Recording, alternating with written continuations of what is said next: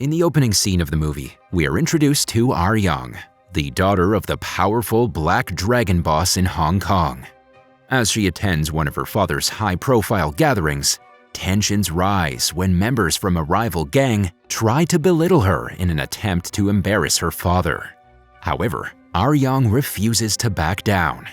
With poise and grace, she skillfully dances around the hall and showcases her impressive swordsmanship, impressing the guests. But things take a dangerous turn when one of the members purposely shatters a glass and throws the shards on the ground, causing Aryong's foot to bleed. Despite the pain, Aryong perseveres, somersaulting and wielding her sword with finesse, refusing to let the members see her falter. However, the guests' jeers and laughter intensify, and Aryong's frustration boils over.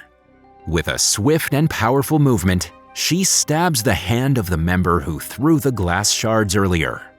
Due to this, other members become hostile, but Aryong's father soon settles the matter. Unsatisfied with the punishment, Aryong tracks the leader of the gang the next day. She finds him in a station and slits his throat, killing him on the spot. After the funeral of the deceased gang member, tensions escalate as one of the high-ranking members vows to avenge his fallen comrade by targeting Aryong. Fearing for his daughter's safety, Aryong's father arranges for her to be sent to his trusted friend, Big Boss, a powerful gangster based in Korea. In the subsequent scene, Han Ki-chul, a low-ranking member of Big Boss's gang, is tasked with looking after Aryong due to his supposed ability to understand Chinese. However, the reality is that Ki-chul has no knowledge of the language whatsoever. The following day, Ki-chul and his entourage head to the airport to pick up Aryong, expecting a male gangster. To their surprise, they're met by a strikingly beautiful woman who radiates a chilly demeanor towards them. Adding to the communication barrier, none of them can speak Aryong's language, and she is equally unfamiliar with Korean. This creates an immediate sense of tension and unease between Aryong and her new caretakers. Later, Aryong meets with the Big Boss, who warmly welcomes her and tells her to make herself comfortable during her stay in Korea. He also says that she can boss around Ki-chul and his underlings as long as she's here.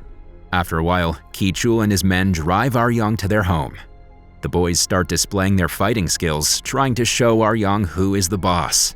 But little do they know that she is an A-star fighter. Shortly after, a translator called Yan He arrives to assist in communication between Aryong and the gangsters. She is immature and very scared of the gangsters, so in the beginning, instead of translating Aryong's rather rude answers, she changes them to nice ones to prevent provoking the gangsters. Aryong then makes an important request to her caretakers. She wants to find her missing mother, who was last heard to be in Korea. The next day, Ki-chul's minions are bothered by some members from another gang. They're outnumbered, but thankfully Aryong is also at the scene. So she teaches the opponents a good lesson by kicking a small table toward them and making them fall on the floor. Then Ki-chul's minions start beating them one by one. Eventually, the opponents flee from the scene with multiple bruises all over their bodies. That evening, Aryong, the translator, and the gangsters go to a diner to have some meals and drinks. After getting drunk, Ki-chul and one of his minions go to the bathroom to relieve themselves. Suddenly, the rival gang from earlier arrives at the diner, seeking revenge for the earlier fight.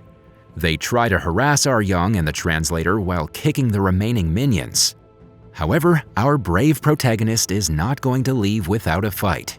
Hence, she strikes back, throwing chopsticks straight at the opponents. This gives her an advantage as she performs some powerful kicks on the gangsters, sending them away in fear. It was a one-woman fight against a group of men. Next, one of Ki-chul's minions reports the situation to him as he's still in the washroom. Ki-chul is too drunk, so he doesn't believe the story of Aryong fighting off the gangsters alone. Later, the defeated rival gang members report back to their leader, making the Ki-chul gang their prime target. After doing some research on the gang, Ki-chul and Aryong are invited to the rival gang's headquarters. When they arrive, they're surprised to learn that Ki-chul's minions have already been gathered and beaten up. This enrages Ki-chul, so he starts tussling with the boss of the rival gang. However, due to his mediocre fighting techniques, he does not put on much of a show. Thankfully, Aryong lends him a hand. She grabs a nearby plate and flicks a peanut straight to the boss's face. As the latter loses his balance, Ki-chul manages to maintain the upper hand as he rams the opponent's head on the ground.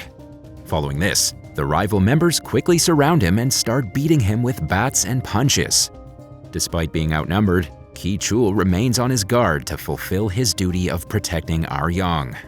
However, our skilled fighter Aryong has seen enough, so she sets Ki-chul aside, readying herself to fight with the group of rivals. Though she's also outnumbered, Aryong manages to land some powerful kicks and injure her opponents. In seconds, the rivals are all lying helplessly on the floor, while Ki-chul stands shocked, finally realizing Aryong's exceptional fighting skills. Shortly after their victory, Ki-chul and the group decide to return home. He and his minions, who are rather unskilled, are impressed and become afraid of the mighty woman. Later that evening, Ki-chul and Aryong relax together outside in the garden for some drinks. It's obvious that the language barrier between the two exists, but Ki-chul starts feeling attracted to Aryong. She also seems to enjoy his company. The following morning, all the group members sit together for breakfast. Aryong starts to become kinder to them compared to the rudeness she carried with herself when she was new. However, the translator now starts translating into rather commanding sentences in order to inflict some fear on Ki-chul's minions. Turns out, she enjoys making fun of them. Later, Ki-chul and his minions go to their headquarters and see that the rival gang's boss is there to admit defeat. Impressed by this, Big Boss promotes Ki-chul from a low-rank gangster all the way up to being his right-hand man. Meanwhile, in Hong Kong, the member of the higher gang is still determined to take revenge on Aryong. So he sends some professional assassins to go after Aryong. Back in Korea, Aryong and the group are having some good times at a town, when they're suddenly interrupted by the arrival of the assassins. At first, they believe the assassins are after Ki-chul, but soon they learn that Aryong is their actual target. She's accused of killing a gangster in Hong Kong, triggering a gangster war there. As the assassins begin their ambush, Ki-chul's minions manage to get away, but Aryong is injured when they fire a shot at her. While taking cover, Ki-chul reports the incident to his big boss. Once they arrive home, they think of ways to protect themselves from the assassins. Unfortunately, they soon learn that the assassins have already arrived in the neighborhood. They then separate into two groups, Aryong with Ki-chul and the translator with the minions. In the next scene, Ki-chul and Aryong drive away in a car as they're chased by the assassins. Thankfully, they manage to slip away after the bad guy's van rams into a passing truck. The two then decide to take refuge in Ki-chul's family home. It becomes a good place for them to relax for a while and take a breath of fresh air. Ki-chul's parents believe that Aryong is his girlfriend and give him a family necklace to gift her. The couple then spends the night safe and sound at home, not caring about what lies ahead. However, in Hong Kong, we learn that Aryong's father isn't safe. After having a meeting with one of his higher-level members, the place suddenly explodes, injuring him seriously. Following their short getaway, Aryong and Ki-chul reunite with the others. Aryong excuses herself to try and call her father, but the assassins suddenly appear in the neighborhood. A deadly fight ensues, and Aryong manages to throw two of her daggers straight at the assassins, killing them on the spot. Now, only the leader of the group is left, who also happens to be an alpha female. Soon after, the two of them get into a powerful duel, each showing off their fantastic sword skills. They dodge each other's attacks and strike back at each other equally. However, the opponent leader proves to be more powerful, as in the end, she slightly injures Aryong. Hence, our protagonist decides to use her intelligence and hides in a big stack of hay. The leader then stabs all over the stack, but Aryong manages to strike her from below, injuring her fatally. After the fight, Aryong finally finds out about her mother's location and rushes to meet her. However, when she arrives there, she learns that the woman has already found a new family and is living happily. Hence, Aryong tearfully leaves without contacting her mom. After that, she leaves Korea despite Ki-chul's confession to her. Once she arrives in Hong Kong, she sees her father barely hanging from the severe injuries caused by the explosion earlier. He then dies shortly after he sees his daughter one last time. The following day, Ki-chul suddenly appears in Hong Kong to support Aryong. He then offers her the family necklace and gets a kiss in return. However, Aryong is determined to take revenge on the culprit who murdered her father. Cut to the next scene, Aryong visits the wedding of the rival, who is responsible for her father's death. The main boss is also present at the wedding. Aryong manages to disguise herself as the bride to get close to the boss. As she and the groom get blessings from the boss, Aryong suddenly pulls out a sword and slashes him. Chaos ensues at the wedding as the rival gangsters prepare themselves to strike Aryong. However, before they can subdue her, Ki-chul and his minions also arrive.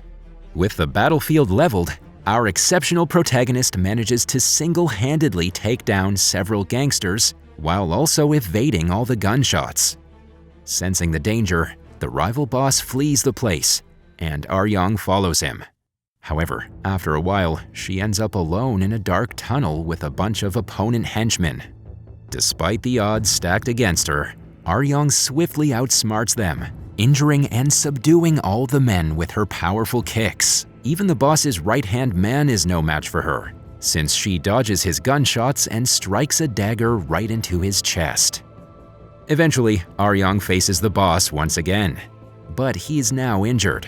She tries to duel with him with her two swords, but the boss smirks at her, pulling out his gun and firing at her. Unfortunately, Aryong is hit with a shot in her leg, making her position vulnerable. The boss then gives off an evil laugh, pointing the gun at Aryong's head. It appears as if she's going to be killed, but right then, Ki-chul appears and draws his attention away from her. In the chaos, the boss shoots Ki-chul, sending him tumbling off a tall building. Despite her grief, Aryong seizes the opportunity to close in on the boss and deliver a lethal slash on him in a final act of desperation. She then throws her knife, piercing the boss's chest and sending him plummeting off the building and to his death. After the victory, Aryong sets out to search for Ki-chul. Fortunately, she discovers that he survived the fall and landed safely in a passing garbage truck. In the next scene, we see Aryong officially taking over as the new boss of the Black Dragons, succeeding her father. On the other hand, Ki-chul heads to the airport to leave Hong Kong. However, Aryong's father's right-hand man advises her not to let Ki-chul go, as her father had let her mother leave, only to regret it later. Taking the advice to heart, Aryong stops Ki-chul on his way to the airport with all her gangsters and makes a bold move. She proposes to him. The movie ends on a heartwarming note as Ki-chul accepts Aryong's proposal and they embrace on the motorway, with the future looking bright for the new power couple of the Hong Kong underworld.